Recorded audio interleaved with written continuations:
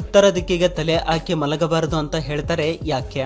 ಭೂಮಿಯ ಸುತ್ತಲೂ ಯಾವಾಗ್ಲೂ ಮ್ಯಾಗ್ನೆಟಿಕ್ ಫೀಲ್ಡ್ ಇರುತ್ತೆ, ಅಂದ್ರೆ ಕಾಂತೀಯ ಕ್ಷೇತ್ರ ಇರುತ್ತೆ. ಯಾಕಂದ್ರೆ ಭೂಮಿ ಕೂಡ ಒಂದು ದೊಡ್ಡ ಅಯಸ್ಕಾಂತ ಆಗಿರೋದ್ರಿಂದ, ಹಾಗೆ ನಮ್ಮ ದೇಹದಲ್ಲಿ ರಕ್ತ ಸಂಚಾರ ಆಗೋದ್ರಿಂದ ನಮ್ಮ ದೇಹದಲ್ಲಿ ಕೂಡ ಮ್ಯಾಗ್ನೆಟಿಕ್ ಫೀಲ್ಡ್ ಇರುತ್ತೆ. ಒಂದು ವೇಳೆ ನಾವು ನಮ್ಮ ತಲೆಯನ್ನ ಉತ್ತರ ದಿಕ್ಕಿಗೆ ಇಟ್ರೆ ಭೂಮಿಯ ಕಾಂತೀಯ ಕ್ಷೇತ್ರ ಮತ್ತು ನಮ್ಮ ದೇಹದ ಕಾಂತೀಯ ಕ್ಷೇತ್ರ ಇಂಬ್ಯಾಲೆನ್ಸ್ ಆಗೋದ್ರಿಂದ ನಮಗೆ ಬಿಪಿ ಜಾಸ್ತಿ ಆಗುತ್ತೆ. ಆಗ ಆ ಬಿಪಿಯನ್ನ ಕಂಟ್ರೋಲ್ ಮಾಡೋದಕ್ಕೆ ನಮ್ಮ ಹೃದಯ ಬಡಿತದ ವೇಗ ಜಾಸ್ತಿ ಆಗುತ್ತೆ ಮತ್ತು ನಮ್ಮ ದೇಹದಲ್ಲಿ ಐರನ್ ಲೆವೆಲ್ ಅಂದ್ರೆ ಕಬ್ಬಿಣದ ಮಟ್ಟ ಜಾಸ್ತಿ ಇರುತ್ತೆ. ನಾವು ಉತ್ತರ ದಿಕ್ಕಿಗೆ ತಲೆಯನ್ನ ಇಡೋದ್ರಿಂದ ನಮ್ಮ ದೇಹದಲ್ಲಿರುವ ಐರನ್ ಪೂರ್ತಿ ನಮ್ಮ ಮೆದುಳಿನಲ್ಲಿ ಶೇಖರಣೆ ಆಗುತ್ತೆ. ಆಗ ಆ ಐರನ್ ಕ್ವಾಂಟಿಟಿ ಜಾಸ್ತಿ ಆಗಿ ತಲೆನೋವು ಮತ್ತು ಮೆದುಳಿಗೆ ಸಂಬಂಧಪಟ್ಟ ಕಾಯಿಲೆಗಳು ಬರ್ತವೆ.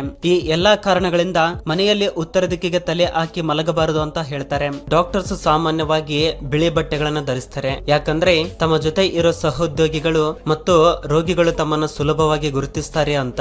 ಆದ್ರೆ ನೀವು ಯಾವತ್ತಾದ್ರೂ ಆಲೋಚನೆ ಮಾಡಿದ್ದೀರಾ, ಆಪರೇಷನ್ ಮಾಡುವಾಗ ಮಾತ್ರ ಬ್ಲೂ ಅಥವಾ ಗ್ರೀನ್ ಕಲರ್ ಬಟ್ಟೆಗಳನ್ನ ಹಾಕೊಳ್ತಾರೆ.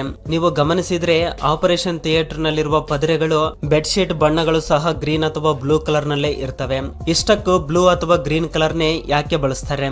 ಸರ್ಜಿಕಲ್ ನರ್ಸ್ ನಲ್ಲಿ ಬಂದ ಒಂದು ಆರ್ಟಿಕಲ್ ಪ್ರಕಾರ 1998ರಲ್ಲಿ ಆಪರೇಷನ್ ಸಮಯದಲ್ಲಿ ವೈದ್ಯರು ಹಸಿರು ಬಟ್ಟೆಗಳನ್ನು ಧರಿಸೋದಕ್ಕೆ ಶುರು ಮಾಡಿದ್ದು. ಯಾಕಂದ್ರೆ ಆಪರೇಷನ್ ಮಾಡುವಾಗ ನಿರಂತರವಾಗಿ ಎಚ್ಚರಿಕೆಯಿಂದ ಸೂಕ್ಷ್ಮವಾಗಿ ಗಮನಿಸಬೇಕಾಗುತ್ತೆ. ಇದರಿಂದ ಕಣ್ಣುಗಳಿಗೆ ಸುಸ್ತಾಗುತ್ತೆ. ಆಗ ಹಸಿರು ಬಣ್ಣವನ್ನ ನೋಡಿದ್ರೆ ತಕ್ಷಣ ಕಣ್ಣು ರಿಲ್ಯಾಕ್ಸ್ ಆಗುತ್ತೆ. ಇದಕ್ಕೆ ಇನ್ನೊಂದು ಮುಖ್ಯ ಕಾರಣ ಏನಂದ್ರೆ, ಅದನ್ನ ತಿಳಿದುಕೊಳ್ಳೋದಕ್ಕೂ ಮುಂಚೆ ಇಲ್ಲಿ ಕಾಣಿಸ್ತಾ ಇರೋ ರೆಡ್ ಕಲರ್ ನಲ್ಲಿರುವ ಬ್ಲಾಕ್ ಡಾಟ್ ನ 30 ಸೆಕೆಂಡ್ ಗಳ ಕಾಲ ನೋಡಿ. ಆ ನಂತರ ವೈಟ್ ಕಲರ್ ನಲ್ಲಿರುವ ಬ್ಲಾಕ್ ಡಾಟ್ ನ ನೋಡಿ. ಈಗ ನಿಮಗೆ ವೈಟ್ ಎಲ್ಲ ಗ್ರೀನ್ ಅಥವಾ ಬ್ಲೂ ಕಲರ್ ನಲ್ಲಿ ಕಾಣಿಸುತ್ತೆ. ವೈಟ್ ಕಲರ್, ಬ್ಲೂ ಅಥವಾ ಗ್ರೀನ್ ಕಲರ್ ನಲ್ಲಿ ಕಾಣಿಸ್ತಾ ಇದೆ ಅಲ್ವಾ? ಅಂದ್ರೆ ನಾವು ಒಂದು ಬಣ್ಣವನ್ನ ಹೆಚ್ಚು ಸಮಯ ನೋಡಿ ಕಣ್ಣುಗಳನ್ನ ಬೇರೆ ಕಡೆ ತಿರುಗಿಸಿದಾಗ ಆ ಬಣ್ಣಕ್ಕೆ ಸಂಬಂಧಪಟ್ಟ ಕಲರ್ಸ್ ನಮಗೆ ರಿಫ್ಲೆಕ್ಟ್ ಆಗ್ತವೆ. ಅದಕ್ಕೆ ಡಾಕ್ಟರ್ಸ್ ಆಪರೇಷನ್ ನಲ್ಲಿ ಹೆಚ್ಚು ಸಮಯ ರಕ್ತವನ್ನ ನೋಡೋದ್ರಿಂದ ಒಂದು ವೇಳೆ ಅವರು ಬಿಳಿ ಬಟ್ಟೆಗಳನ್ನ ಧರಿಸಿದ್ರೆ ಅವರ ಬಿಳಿ ಬಟ್ಟೆಗಳ ಮೇಲೆ ರಿಫ್ಲೆಕ್ಟ್ ಆಗೋ ಬಣ್ಣಗಳನ್ನ ನೋಡಿ ಕನ್ಫ್ಯೂಸ್ ಆಗ್ತಾರೆ, ಡಿಸ್ಟರ್ಬ್ ಕೂಡ ಆಗ್ತಾರೆ. ಅವರ ಏಕಾಗ್ರತೆ ಕಳೆದು ಹೋಗಿ ಆಪರೇಷನ್ ಫೇಲ್ ಆಗುವ ಸಾಧ್ಯತೆ ಇರುತ್ತೆ.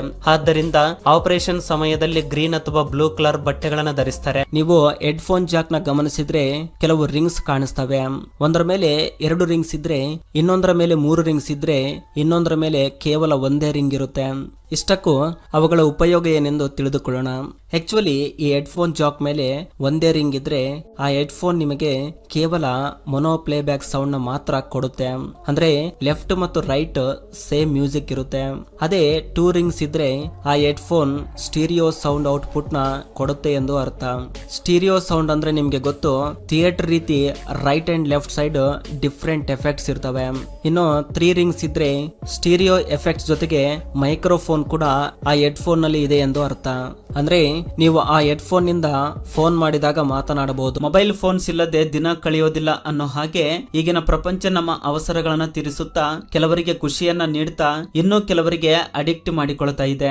ಆ ರೀತಿಯಲ್ಲೇ ಈ ಮೊಬೈಲ್ ಫೋನ್ ಟವರ್ಸ್ ನ ಯಾವತ್ತಾದ್ರೂ ಗಮನಿಸಿದ್ದೀರಾ? ಈ ಸೆಲ್ ಫೋನ್ ಟವರ್ಸ್ ಮೇಲೆ ಡ್ರಮ್ಸ್ ನಂತೆ ಇರ್ತವೆ. ಅವು ಏನೋ, ಅವುಗಳಿಂದ ಉಪಯೋಗವೇನೋ? ಸಿಂಪಲ್ ಆಗಿ ಹೇಳಬೇಕಂದ್ರೆ ಇವು ಮೈಕ್ರೋವೇವ್ ಆಂಟಿನಾಸ್, ಅಂದ್ರೆ ಪಾಯಿಂಟ್ ಟು ಪಾಯಿಂಟ್ ಟೈಪ್ ಆಂಟಿನಾಸ್. ಇವು ನ್ಯಾರೋ ಬೀಮ್ ಮೆರ್ಸಿ ವೇವ್ಸ್ ನ ಕೆಲವು ಕಿಲೋಮೀಟರ್ ವರೆಗೂ ಯಾವುದೇ ಅಡೆತಡೆ ಇಲ್ಲದೆ ಪ್ರೊಡ್ಯೂಸ್ ಮಾಡಬಲ್ಲವು. ಅದಕ್ಕೆ ಇವುಗಳನ್ನ ಇಡಲಾಗಿದೆ. ನಮ್ಮೆಲ್ಲರ ಮನೆಯಲ್ಲಿ ನಡೆಯುವ ವಿಚಿತ್ರ ಏನಂದ್ರೆ ಸೀಲಿಂಗ್ ಫ್ಯಾನ್ ರೆಕ್ಕೆಗಳಿಗೆ ಧೂಳು ಹಿಡಿಯೋದು. ಇಷ್ಟಕ್ಕೂ ತಿರುಗುವ ಫ್ಯಾನ್ ಗೆ ಧೂಳು ಹಿಡಿಯುವುದು ಹೇಗೆ ಸಾಧ್ಯ ಎಂದು ಯಾವತ್ತಾದ್ರೂ ಆಲೋಚನೆ ಮಾಡಿದ್ದೀರಾ? ಇದಕ್ಕೆ ಕಾರಣ ಏನಂದ್ರೆ ನಮ್ಮ ಮನೆಯಲ್ಲಿರುವ ಮ್ಯಾಕ್ಸಿಮಮ್ ಧೂಳಿನ ಕಣಗಳಿಗೆ ಎಲೆಕ್ಟ್ರಿಕ್ ಚಾರ್ಜ್ ಇರುತ್ತೆ. ಇದರಿಂದ ಒಂದಕ್ಕೊಂದು ಅಟ್ರಾಕ್ಟ್ ಆಗುವ ಗುಣ ಏರ್ಪಡುತ್ತೆ. ಫ್ಯಾನಿನ ರೆಕ್ಕೆ ಫಾಸ್ಟ್ ಆಗಿ ತಿರುಗೋದ್ರಿಂದ ಧೂಳಿನ ಕಣಗಳನ್ನ ಆ ಕಡೆ ಈ ಕಡೆ ಪುಷ್ ಮಾಡ್ತಾ ಇರುತ್ತೆ. ಇದರಿಂದ ಫ್ಯಾನ್ ರೆಕ್ಕೆಗಳ ತುದಿಯಲ್ಲಿ ಸ್ಟ್ಯಾಟಿಕ್ ಎಲೆಕ್ಟ್ರಿಸಿಟಿ ಏರ್ಪಡುತ್ತೆ. ಆ ರೀತಿ ಏರ್ಪಟ್ಟಾಗ ಫ್ಯಾನ್ ತಿರುಗುತ್ತಿರುವುದರಿಂದ ಆ ಸಮಯದಲ್ಲಿ ಯಾವ ಧೂಳಿನ ಕಣಗಳು ಫ್ಯಾನ್ ತುದಿ ಹತ್ತಿರ ಬರ್ತಾವೋ ತಕ್ಷಣ ಅವುಗಳನ್ನ ಅಟ್ರಾಕ್ಟ್ ಆಗಿ ಅಂಟಿಕೊಳ್ತವೆ.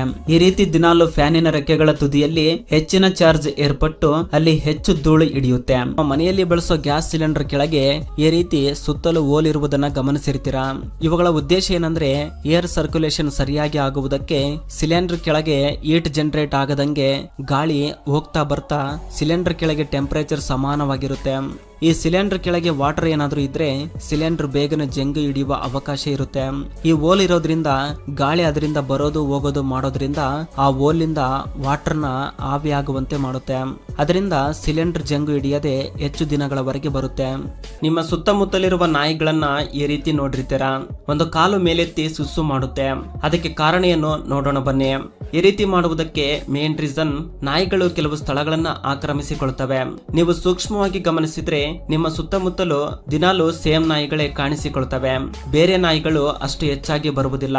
ಅದಕ್ಕೆ ಕಾರಣ ಮನುಷ್ಯರ ಹಾಗೆ ಇವು ಸಹ ಕೆಲವು ಸ್ಥಳಗಳನ್ನ ಆಕ್ರಮಿಸಿಕೊಂಡು ನಿವಾಸಿಸುತ್ತವೆ.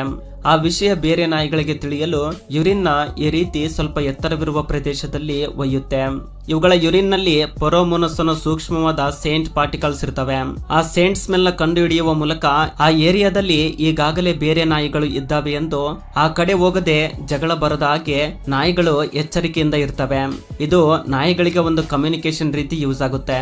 ಬೇರೆ ನಾಯಿಗಳಿಗೆ ಈಸಿಯಾಗಿ ತಿಳಿಯಲು ಈ ರೀತಿ ಸುಸ್ಸು ಮಾಡ್ತವೆ. ಅದಕ್ಕೆ ಒಂದು ಕಾಲು ಎತ್ತಿ ಸ್ವಲ್ಪ ಮೇಲೆ ಒಯ್ಯುತ್ತೆ.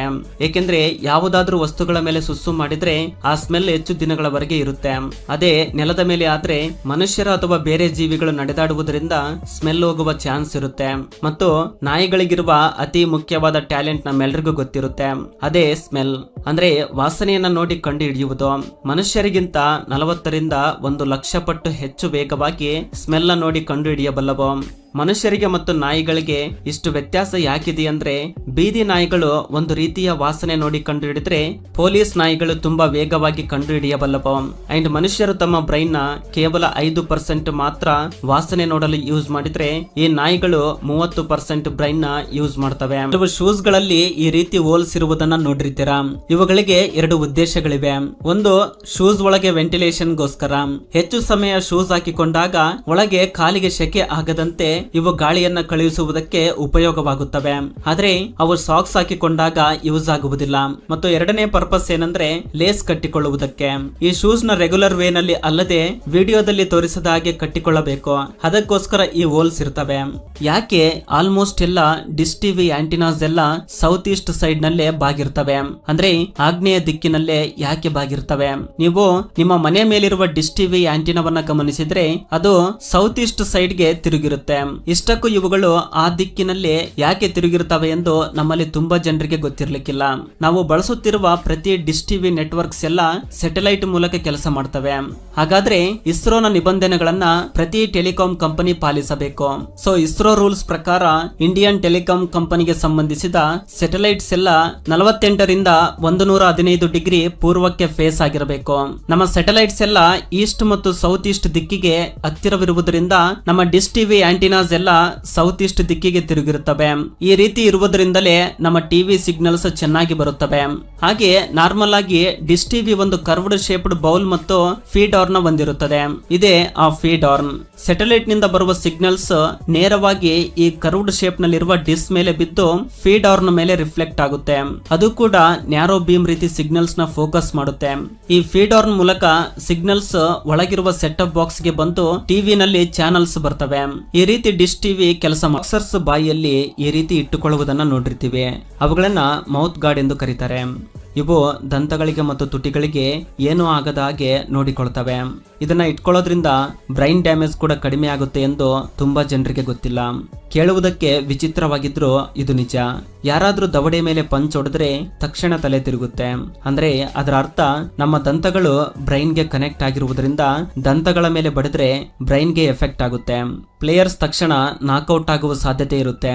ಅದಕ್ಕೆ ಮೌತ್ ಗಾರ್ಡ್ ಅನ್ನೋದು ಬಾಕ್ಸಿಂಗ್ ಮತ್ತು ಕರಾಟೆ ಆಡೋರಿಗೆ ತುಂಬಾ ಇಂಪಾರ್ಟೆಂಟ್.